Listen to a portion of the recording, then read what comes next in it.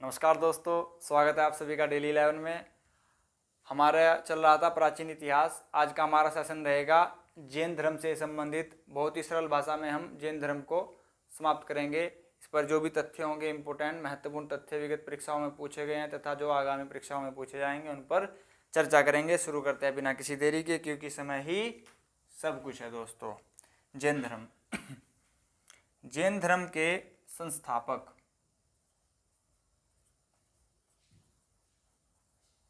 सभी को पता होगा। संस्थापक या फिर कहें प्रथम तीर्थंकर कौन थे दोस्तों? तो इसका आंसर हमारा यहां पर होगा ऋषभदेव।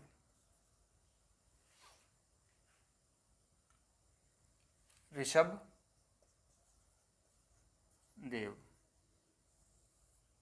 ठीक है दोस्तों। बात करते हैं ऋषभदेव का चिन्ह क्या था। ऋषभदेव का चिन्ह क्या था? इनका चिन्ह था सांड।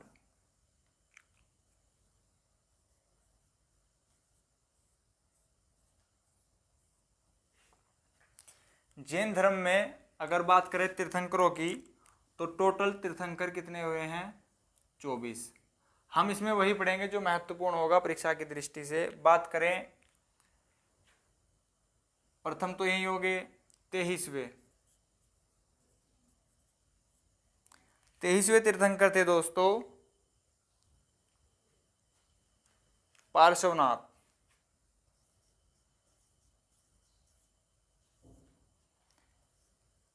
इनका चिन्ह क्या था? पार्श्व, सर्प।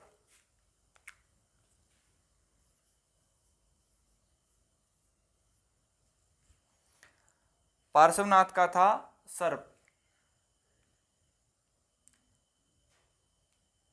हमने पार्श्वनाथ को क्यों लिया, बाकी के जो 1 से लेके 22 तक थे क्यों नहीं लिया, उसका कारण आपको भी समझ में आ जाएगा।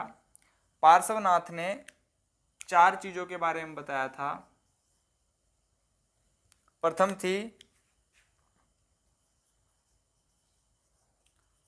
अहिंसा, यानी कि हिंसा ना करना। दूसरी थी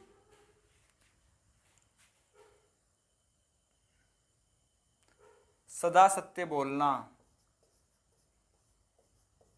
सदा सत्य बोलना। तीसरी थी संपत्ति ना रखना।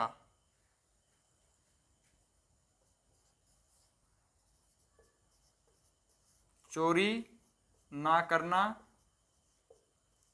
तथा लास्ट में संपत्ति ना रखना। पार्श्वनाथ, इन्होंने यह 4 चीजें बताई थी। ठीक है, बात करते हैं 22वें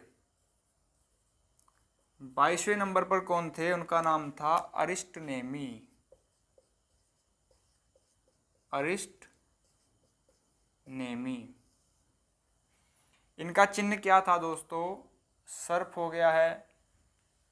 पार्श्वनाथ का, ऋषभदेव जी का सांड था। बात करें अरिस्टनेमी का था शंख। अरिस्टनेमी महत्वपूर्ण क्यों हो जाता है? क्योंकि यह इनका जिक्र ऋग्वेद में मिलता है। एक बात तो ये। सेकंड, यह कृष्ण भगवान के निकट संबंधी थे, इसलिए ये इंपॉर्टेंट हो जाते हैं। ऋषभदेव का सांड, पार्श्वनाथ का सर्प, अरिस्टनेमी का शंख। अरिस्टनेमी 22वें थे, क्रम याद रखिएगा। अब चलते हैं अहिंसा, सदा सत्य बोलना, इसका होगा तो अस्त्य परिग्रह। अस्त्य, अगर अस्त्य लिखा है तो उसका कारण यही होगा, या फिर अपरिग्रह,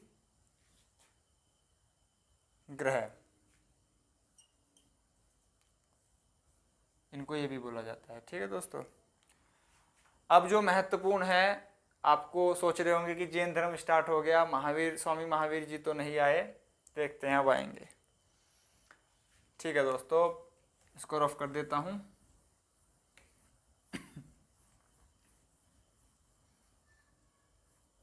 अब हमारा जो सेशन रहेगा वो महावीर स्वामी महावीर जी के ही इर्द गिर्द रहेगा। शुरू करते हैं। प्रथम तीर्थंकर तो हो गया दोस्तों,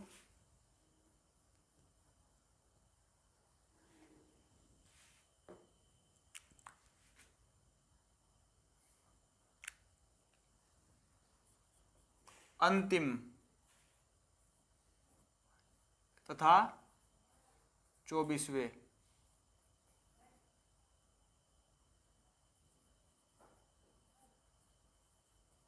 तीर्थंकर कौन थे दोस्तों? आप सभी को पता है, इसका आंसर है स्वामी महावीर। स्वामी महावीर अंतिम थे, 24वें। इनका जो चिन्ह था सिंह, यानी कि शेर। स्वामी महावीर पर चर्चा करते हैं। स्वामी महावीर का जन्म हुआ था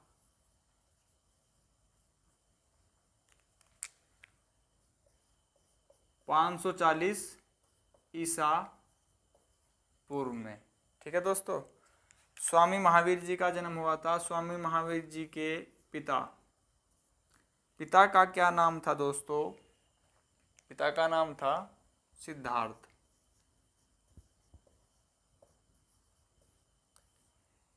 इसको, इन सब चीज़ों को ध्यान से समझिएगा, क्योंकि जब हम इससे अगला सेशन जो आएगा बौद्ध धर्म का, उसमें सिद्धार्थ नाम गौतम बुद्ध का हो जाएगा, तो कन्फ्यूजन ना हो।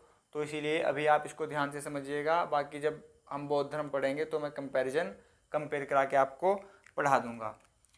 ठीक है। माता जी, इनकी माता का नाम क्या था दोस्तों? माता का नाम था त्रिशला।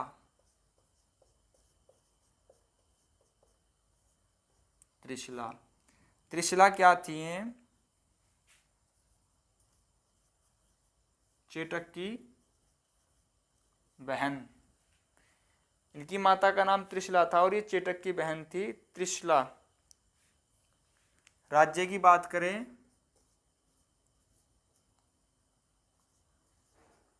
लिच्छवी राज्य, राजा लिच्छवी राजा चेटक की बहन थी। बात करते हैं इनकी पत्नी, महावीर जी की पत्नी का नाम क्या था? यशोदा। यशोदा नाम जब हम गौतम बुद्ध पढ़ेंगे वहाँ पर गौतम बुद्ध से संबंधित किसी और चीज़ का नाम होगा, यशोदा उनकी माता का नाम होगा। आगे देखते हैं इनकी पुत्री का नाम क्या था दोस्तों? जब बौद्ध धर्म पढ़ेंगे मैं आपको तभी कंपैरिजन करता हुआ चलूँगा। इनकी पुत्री का नाम था अनोजा प्रियदर्शनी।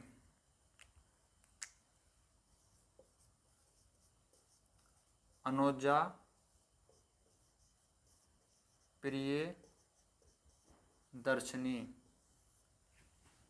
बात करते हैं इनके दामाद का नाम क्या था? दामाद का नाम था जामिल। जामिल के बारे में विशेषता क्या है? यह इनके प्रथम अनुयायी थे। प्रथम अनुयायी। ठीक है दोस्तों, बात करते हैं महावीर के, स्वामी महावीर का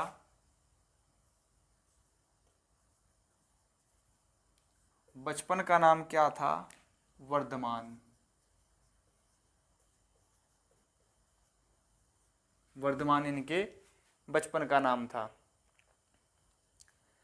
30 वर्ष की आयु में क्वेश्चन आएगा कि स्वामी महावीर जी ने संन्यास कब ग्रहण किया था? तो इन्होंने ग्रह त्याग किया था 30 वर्ष की आयु में। इनके बड़े भाई कौन थे? नंदीवर्मन। बड़े भाई से आज्ञा लेते हैं कि अब मुझे सन्यासी का जीवन बिताना है, तो अपने बड़े भाई से आज्ञा लेके, बड़े भाई का नाम था नंदी वर्मन, नंदी वर्मन से आज्ञा लेके सन्यास की ओर निकल जाते हैं। नंदी वर्धन, ठीक है। 12 साल की कठोर तपस्या के बाद इनको क्या होता है, ज्ञान की प्राप्ति होती है। तो इनकी तपस्या का समय रहा था दोस्तों, तपस्या का समय रहा 12 वर्ष। अगर मैं आपसे यहाँ पर एक प्रश्न करूं, संन्यास इन्होंने 30 वर्ष की आयु में लिया और इन्हें ज्ञान प्राप्ति 12 वर्ष के बाद हुई, अर्थात क्या होगा आंसर, इस टाइम इनकी आयु क्या थी, 30 और 12 42 वर्ष। एग्जामिनर क्वेश्चन कहीं से भी पूछ सकता है, यही जरूरी नहीं है कि इसी से क्वेश्चन आएगा, इससे जो आपको ज्ञान प्राप्त हो रहा है उससे भी क्वेश्चन आ सकता है। जैसे यहाँ पर 30 और 12 42, ठीक है। अगर मैं इसको नहीं भी लिखता तब भी आपको अपने दिमाग से, अपने सेंस से इसको आंसर 42 लगाना था। आगे चलते हैं दोस्तों। 12 साल के बाद नदी कौन सी थी, किस नदी के निकट इनको ज्ञान प्राप्ति हुई थी, नदी का नाम है रज्जु पालिका।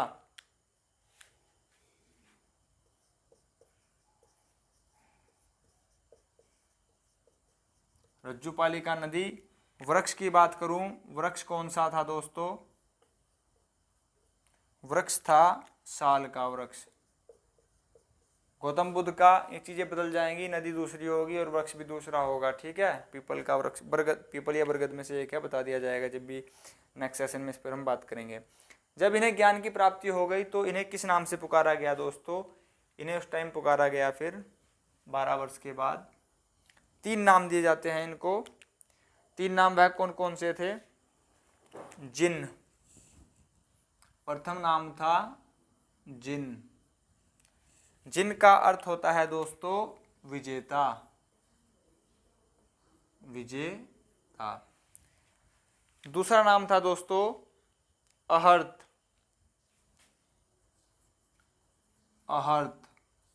अहर्त का अर्थ था यहां पर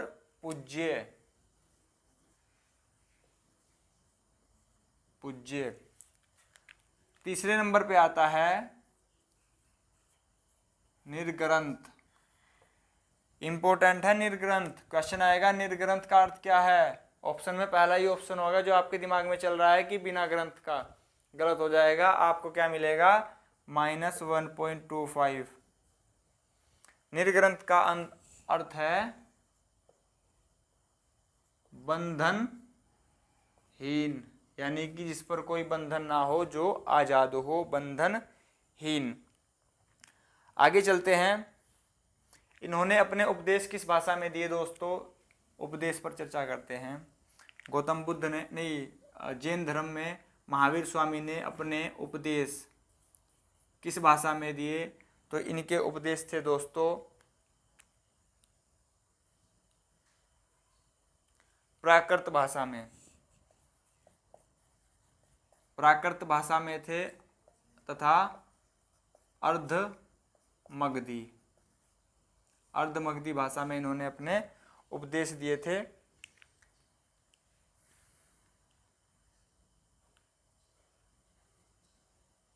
ठीक है, और इसमें हमारे पास है प्रथम जैन भिक्षुणी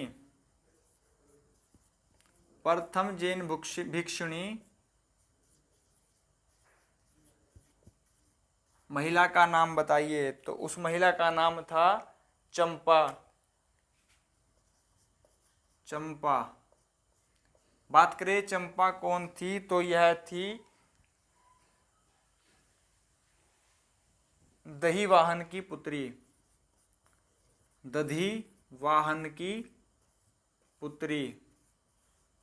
ठीक है दोस्तों, आगे चलते हैं।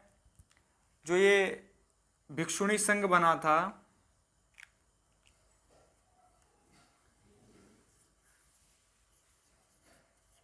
भिक्षुणी संघ बनेगा, इसमें अध्यक्ष कौन बनी, महिला अध्यक्ष का नाम पूछा जाएगा आपसे एग्जाम में, तो उसका आंसर हमारा होगा महिला अध्यक्ष बनी थी चंदना।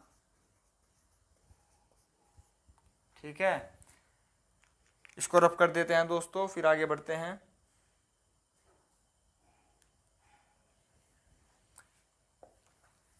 इन सभी तथ्यों को आप याद रखिएगा। अगर आप नोट्स बना रहे हैं तो और अच्छी बात है दोस्तों, अगर नोट्स नहीं बना रहे होंगे तो वीडियो को आप 1 से 2 बार देख लीजिएगा, आपको चीज़ें याद हो जाएंगी। मेन हमारा जो पॉइंट है वो है तथ्यों को याद रखना, ठीक है। आगे चलते हैं दोस्तों, आगे क्या है हमारे पास।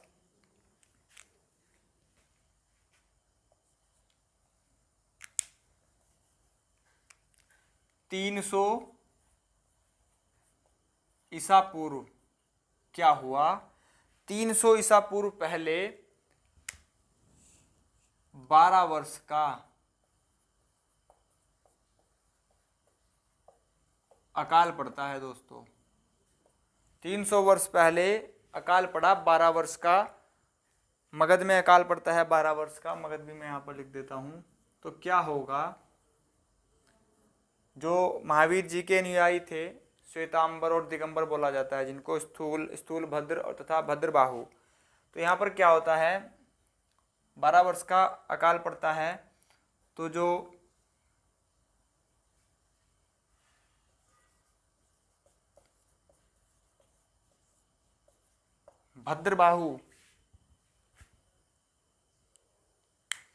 भद्रबाहु अपने शिष्यों को लेकर कहाँ चले जाते हैं, कर्नाटक में। इन्होंने कहा यहाँ पर तो अकाल पड़ रहा है, अब हम यहाँ पर नहीं रहेंगे, कर्नाटक चले जाते हैं। जब स्थिति फिर से साधारण हो जाएगी, सामान्य हो जाएगी, तो हम यहाँ पर आ जाएंगे। परंतु जो स्थूल भद्र थे, स्थूल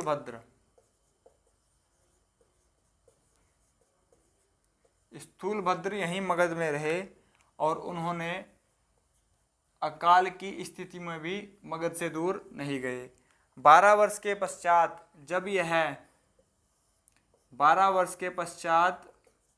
जब ये कर्नाटक में जो भद्रबाहु गए थे वापस मगध में आते हैं, तो क्या होगा, इनमें आपस में मतभेद हो जाएगा कि जब अकाल पड़ा था स्थिति विपरीत थी, हमारे अनुकूल नहीं थी, तो आप हमें छोड़कर चले गए थे, कर्नाटक चले गए। अब यहाँ पर स्थिति फिर से अच्छी हुई है, अकाल का प्रभाव कम हो चुका है, तो वापस आ गए हैं, ऐसा तो नहीं चलेगा। तो इन दोनों में मतभेद हो जाता है। फिर क्या होगा, जैन धर्म क्या होगा, जो जैन मत था वह उसका विभाजन हो जाएगा 2 उसमें। भद्रबाहु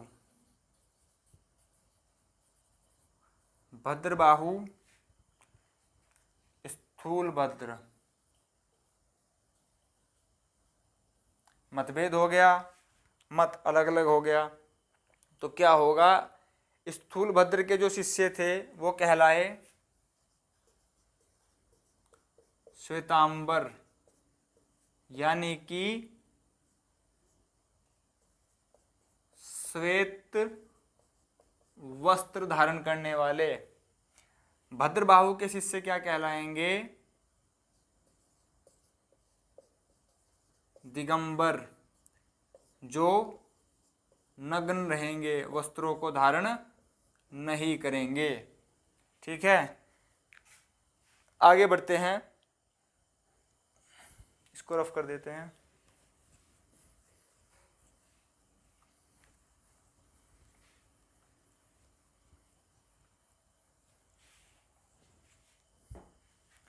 बात करते हैं त्रिरत्न। जैन धर्म में त्रिरत्न से जुड़ा हुआ है। त्रिरत्न में क्या बताया गया था दोस्तों, त्रिरत्न में बताया गया है, प्रथम सम्यक दर्शन, जो दर्शन है वो क्या होना चाहिए, सम्यक होना चाहिए, पहला। दूसरा सम्यक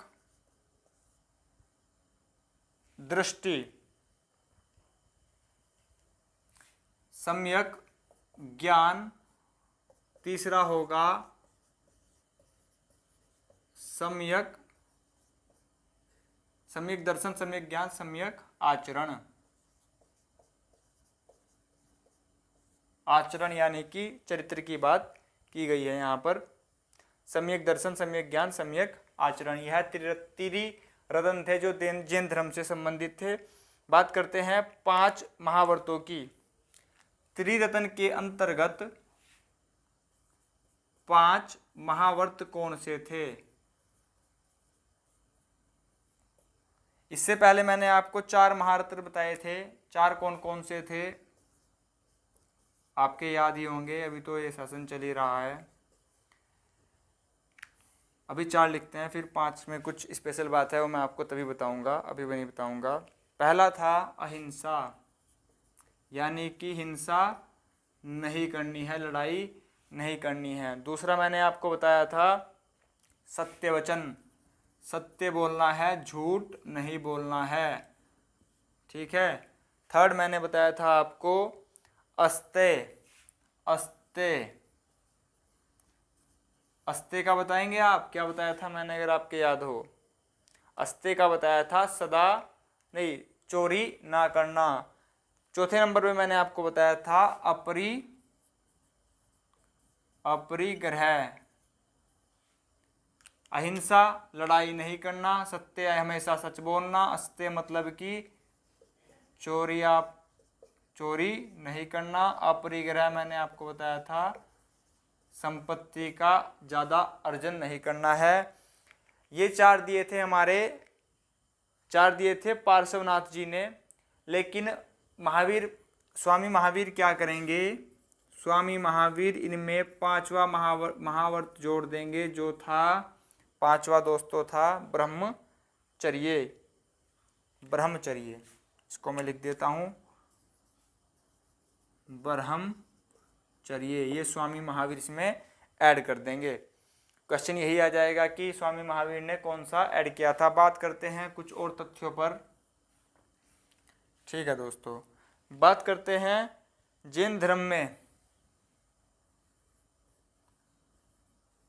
ईश्वर की मान्यता थी या नहीं। नेक्स्ट होगा आत्मा की मान्यता थी या नहीं। ये क्वेश्चन आईएएस लेवल के एग्जाम में आता है। ऑप्शन होंगे 3 बड़े बड़े से, उसमें आता है, जो होगा मैं भी आपको बताऊंगा। पुनर्जन्म और क्रमवाद में विश्वास रखते थे। पुनर्जन्म, क्रमवाद, ठीक है। क्वेश्चन होता है, अगर आईएएस की बात करें कि जैन धर्म से संबंधित नीचे 4 कथन दिए गए हैं, आपको बताना है कौन सा सत्य है, कौन सा सत्य है, 1 या 2 सत्य है, या 3 4 सत्य है, या 3 1 सत्य है, 1 4 सत्य है। इस टाइप का बड़ा पजल कर देंगे, तो सरल भाषा में समझिए। ईश्वर की मान्यता थी या नहीं। जैन धर्म में ईश्वर की मान्यता नहीं है, ठीक है। ईश्वर में, जैन धर्म में आत्मा की मान्यता है। तो दोस्तों एक बात बताइए, अगर जैन धर्म में आत्मा की मान्यता है तो पुनर्जन्म में क्या होगा? आत्मा का जन्म तो पुनर्होगा और कर्मवाद भी होगा। जैन धर्म में ईश्वर की मान्यता नहीं है, आत्मा, पुनर्जन्म और क्रमवाद की मान्यता है। बौद्ध धर्म में जब कंपैरिजन कराया जाएगा तो फिर से आपको रिवीजन करा दिया जाएगा, समराइज करा दिया जाएगा। आगे बढ़ते हैं दोस्तों। इसमें जैन धर्म में, यहीं पर लिख देता हूँ, जैन धर्म में सप्तभंगी ज्ञान, सप्तभंगी ज्ञान के बारे में बताया गया है। इसके अन्य 2 नाम कौन से हैं, इस पर क्वेश्चन आता है। या फिर क्वेश्चन ऐसे आता है स्यादवाद। स्यादवाद यह शब्दावली किस धर्म से संबंधित है? शैव धर्म, विष्णु धर्म, जैन धर्म, बौद्ध धर्म। तो करेक्ट आंसर होगा जैन धर्म। स्यादवाद को ही एक और नाम दिया जाता है अनेकांतवाद। अनेकांतवाद। तो यह तीनों नाम एक ही हैं दोस्तों, और तीनों किससे जुड़े हैं?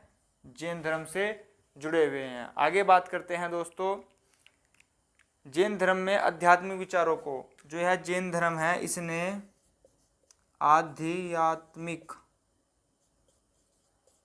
आध्यात्मिक विचारों को कहाँ से लिया है? तो यह लिया है इसने सांख्य दर्शन से। आप मुझे बताइए सांख्य दर्शन के प्रवर्तक कौन थे? अगर आपको याद रहा हो, इससे पहले शासन पे बात हो चुकी है। सांख्य दर्शन के प्रवर्तक थे कपिल मुनि। ठीक है दोस्तों, आगे बढ़ते हैं। जैन धर्म को मानने वाले राजाओं के नाम कौन कौन से राजा थे? यहाँ पर लिख देता हूँ, मैं इसे रफी कर देता हूँ, उसके बाद आपको बताता हूँ। स्पेस की थोड़ा सा अभाव रहता है। स्पेस के साथ साथ दोस्तों थोड़ा सा समय का भी अभाव रहता है। हम प्रयास करते हैं कि बहुत ही कम समय में आपको ज़्यादा से ज़्यादा तथ्य, ज़्यादा से ज़्यादा जानकारी आप तक पहुंचाई जा सके। राजाओं की बात करते हैं। जैन धर्म को मानने वाले राजा कौन कौन थे? प्रथम बात कर सकते हैं उदयन। दूसरे स्थान पर आएंगे चंद्रगुप्त मौर्य। कलिंग राजा खारवेल। और होंगे लास्ट में यहाँ पर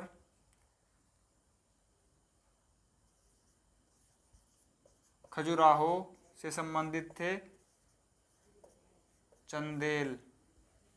उदयन, चंद्रगुप्त, कलिंग राजा खारवेल, अमोघ वर्ष,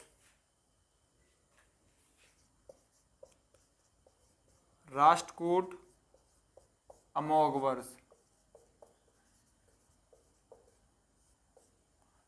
ठीक है, अंतिम एक और राजा थे दोस्तों, उनका नाम है वंद राजा।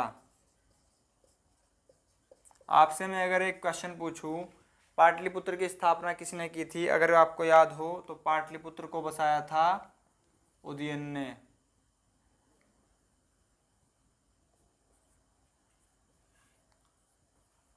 पाटलिपुत्र, ठीक है।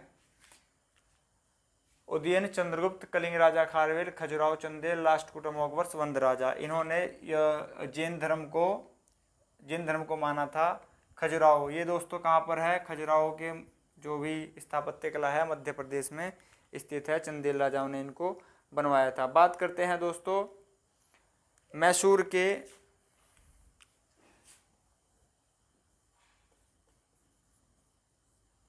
मैसूर में गंगवंश के मंत्री थे, नाम था उनका चामुंड।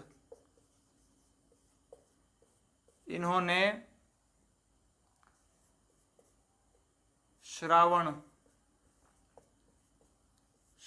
बेल गोला में मूर्ति का निर्माण करवाया था। मूर्ति थी बाहुबली, या फिर इसको नाम आएगा गोमतेश्वर की प्रतिमा।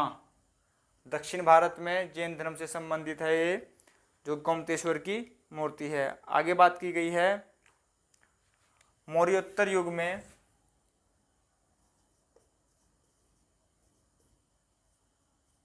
मौर्योत्तर युग, इसका अर्थ क्या है दोस्तों? जो समय मौर्य के बाद का था तो मौर्योत्तर युग कहा जाएगा। मौर्योत्तर युग में जैन धर्म का संबंध किससे था? वह स्थान कौन सा था? तो उसका आंसर होगा मथुरा। मथुरा में ही जैन धर्म से संबंधित स्थापत्य कला का सर्वाधिक विकास हुआ है दोस्तों। जो जैन धर्म में 24 तीर्थंकर हुए हैं, जो हमारे 24 तीर्थंकर थे, इनकी जीवनी किसने लिखी है? इन सभी की जीवनी पर आधारित किताब है, उसका नाम है कल्पसूत्र। यह किसने लिखी है? भद्र बाहु ने लिखी है। ये भी इम्पोर्टेंट होगा। ये हमारा लास्ट चल रहा है दोस्तों। बात करते हैं आगे। महावीर की मृत्यु, इनको निर्वाण प्राप्त कब हुआ था? मृत्यु ना लिख के हमें यहाँ पर निर्वाण लिखना चाहिए दोस्तों। इनका निर्वाण हुआ था 468 ईसा पूर्व में। इनका जो निर्वाण हुआ था यह किसकी देखरेख में हुआ था? तो इसका आंसर होगा मल्ल राजा सरस्वतीपाल। उनका नाम था, यह मल्ल राजा थे, इनका नाम था सरस्ती पाल। इंपॉर्टेंट क्वेश्चन है, ठीक है। आगे बढ़ते हैं। इनकी जो मृत्यु ये निर्वाण प्राप्त हुआ था, यह हुआ था पावापुरी राजगीर। पावापुरी राजगीर यह कहाँ स्थित है? बिहार में। बिहार में मैंने भी करंट से क्वेश्चन बताया था, स्वर्ण उत्पादन में शीर्ष स्थान पर है। अगर बात करें विश्व की, तो विश्व में शीर्ष स्थान पर चीन है दोस्तों। गौतम बुद्ध इसकी महावीर जी की जो जन्म हुआ था कुंडग्राम वैशाली में हुआ था, शायद मैंने आपको नहीं बताया था। 540 ईसा पूर्व में इनका जन्म हुआ था कुंडग्राम वैशाली में। कुंडग्राम वैशाली, ठीक है दोस्तों। मृत्यु हुई थी पावापुरी में, जन्म हुआ था कुंडग्राम वैशाली में। जन्म 540 ईसा पूर्व, मृत्यु 468 ईसा पूर्व। आगे देखते हैं, आगे हमारे पास क्या है दोस्तों। इसमें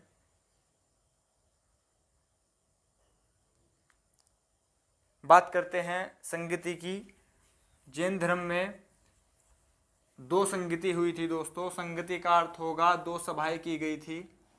वह सभाएं किसके काल में हुई थी, कहाँ पर हुई थी, उसमें अध्यक्ष कौन है, चर्चा करते हैं। यह हमारी वीडियो का अंतिम पड़ाव होगा दोस्तों। संगति वर्ष स्थल अध्यक्ष। संगति वर्ष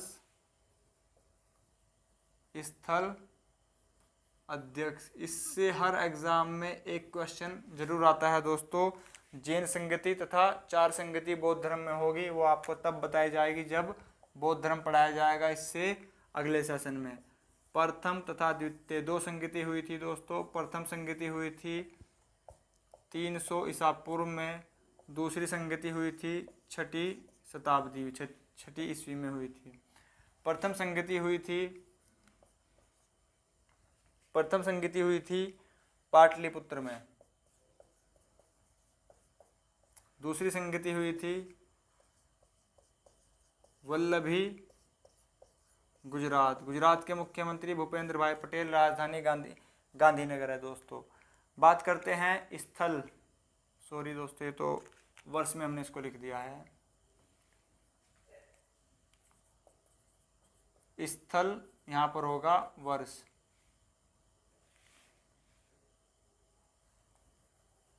सारा ही गड़बड़ हो रखा है। वर्ष स्थल अध्यक्ष देखते हैं दोस्तों।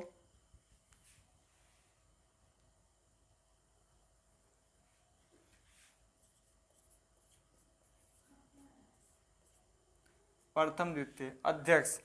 प्रथम में अध्यक्ष थे हमारे स्थूलभद्र।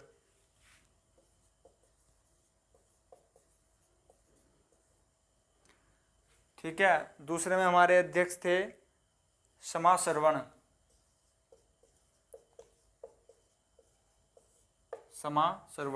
क्वेश्चन कैसे आएंगे देखिए।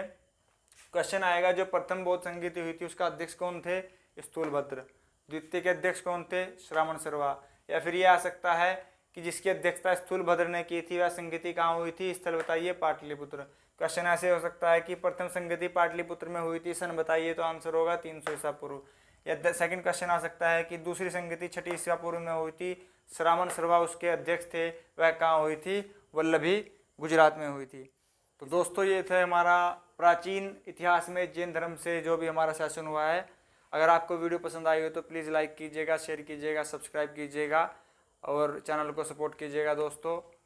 वीडियो देखने के लिए आप सभी का बहुत बहुत धन्यवाद। नमस्कार दोस्तों।